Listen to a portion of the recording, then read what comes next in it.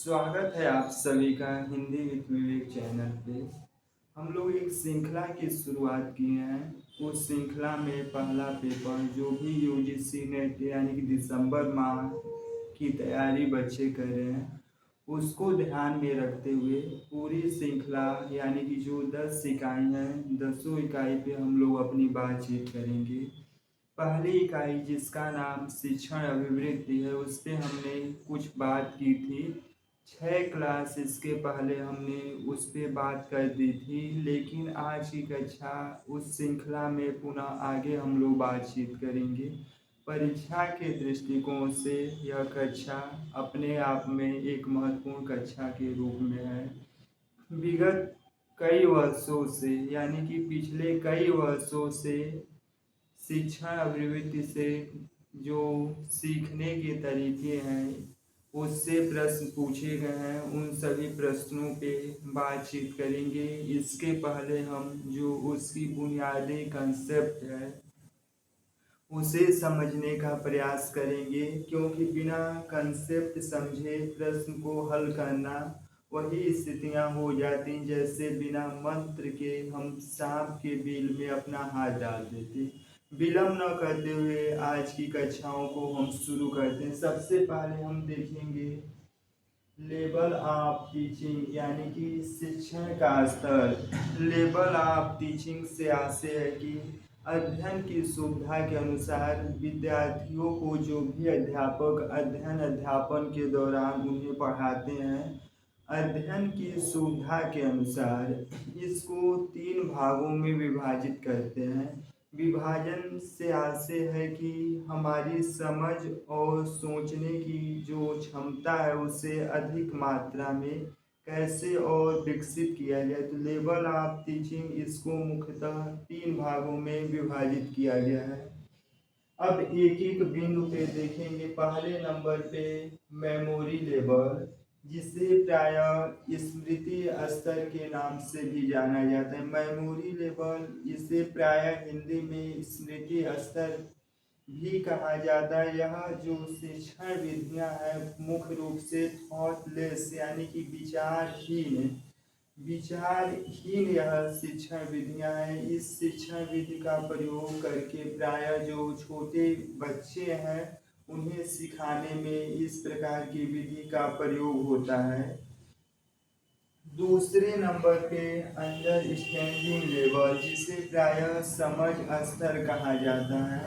Understanding level जिसे प्रायः समझ स्तर कहा जाता है, यह विचारशील यानी कि थॉटफुल लेवल टीचिंग है। इसे प्रायः हम थॉटफुल टीचिंग लेवल कहा जाता है। यह इस प्रकार की शिक्षण विधि के द्वारा विचारों में सोचने और समझने की क्षमता विकसित की जाती है। तीसरे नंबर पे रिफ्लेक्टिव लेवल, जिसे प्रायः चिंतन स्तर के नाम से भी जाना जाता है। रिफ्लेक्टिव लेवल जिसे प्रायः चिंतन स्तर के नाम से भी जाना जाता है। यह उच्च लेवल यानी कि अपर लेवल हायर टीचिंग प्रक्रिया, यह उच्च स्तर का शिक्षण सिद्धांत है। अभी तक हमने 3 प्रकार के शिक्षण विधि देखे, जिसमें से पहले नंबर पे था मेमोरी ऑफ लेवल, जिसे प्रायः विचारहीन शिक्षण विधि कह रहे हैं। दूसरे नंबर पे अंडरस्टैंडिंग लेवल, जिसे प्रायः थॉटफुल टीचिंग के नाम से जानते हैं। और तीसरा जो था वो उसे हम प्रायः रिफ्लेक्टिव लेवल, जिसे प्रायः हिंदी में चिंतनशील स्तर कहा जाता है। यह अपर लेवल हायर टीचिंग यानी कि उच्च स्तर सोच वाली शिक्षण विधियां हैं। अब इनके एक एक जो प्रकार थे, अब एक एक बिंदुओं पे हम अधिक गहन से बात करेंगे और प्रश्न यहाँ से पूछे जाने की संभावना बारंबार बनी रहती है। सबसे पहले हम मेमोरी ऑफ टीचिंग यानी कि मेमोरी लेवल ऑफ टीचिंग, जिसे प्रायः स्मृति स्तर कहा जाता है, उस पर बातचीत करेंगे। प्रायः इस प्रकार के शिक्षण विधि का प्रयोग करके छात्रों को सूचनाओं को याद कराने एवं अभ्यास के दौरान उन्हें पाठ्य पुस्तक के जो सूचना एवं तथ्य हैं उसे याद कराने के लिए प्रोत्साहित या याद कराया जाता है। यानी कि आसान शब्दों में कहा जाए, इस शिक्षण विधि के दौरान प्रायः विचारशील शिक्षण विधियां हैं, लेकिन इस शिक्षण विधि के दौरान जो भी छोटे बच्चे हैं उन्हें तथ्यों एवं सूचनाओं को याद कराया जाता है, जिसे प्रायः हम देखेंगे, इसे प्रायः थॉटलेस यानी कि विचारहीन शिक्षण विधि के नाम से भी जाना जाता है। इस विधि के दौरान drills and remembering and recording यानी कि तथ्यों एवं सूचनाओं को याद करके तथ्यों एवं सूचनाओं को याद कराया जाता है। इस प्रकार के शिक्षण विधि का प्रयोग प्रायः छोटे बच्चों को तथ्य एवं सूचनाओं को याद कराने के लिए किया जाता है। दूसरे नंबर पे अंडरस्टैंडिंग लेवल, जिसे प्रायः समझ स्तर शिक्षण विधि भी कहा जाता है, और इस विधि का प्रयोग करके प्रायः अध्यापक छात्रों के बीच पॉजिटिव एंड निगेटिव यानी कि सकारात्मक एवं नकारात्मक सोच या उदाहरणों के दौरान अपनी बात रखते और कोशिश करते हैं कि विद्यार्थी अपने शब्दों में कंसेप्ट और फैक्ट, जो कंसेप्ट और फैक्ट है दोनों को आपस में समन्वय करके वह अपने शब्दों में सूचनाओं को विद्यार्थी अध्यापकों के सामने प्रस्तुत करें। पुनः देखेंगे, अंडरस्टैंडिंग लेवल शिक्षण प्रायः चिंतनशील स्तर शिक्षण के नाम से भी जाना जाता है। इस विधि के माध्यम से प्रायः अध्यापक छात्रों के बीच पॉजिटिव और निगेटिव उदाहरणों के दौरान यानी कि सकारात्मक एवं नकारात्मक उदाहरण के माध्यम से अपनी बात रखते हैं और छात्र को प्रायः प्रोत्साहित करते हैं कि वह अपनी सोच और समझ के माध्यम से यानी कि कंसेप्ट एंड फैक्ट को आपस में समन्वय करके अपने शब्दों के माध्यम से उन्हें बोलने का प्रयास करें या उन्हें बताने का प्रयास करें। जैसे पुनः देख रहे हैं, पॉजिटिव एंड निगेटिव एग्जाम्पल के माध्यम से प्रायः छात्रों के सामने अध्यापक अपने विचार प्रस्तुत करते।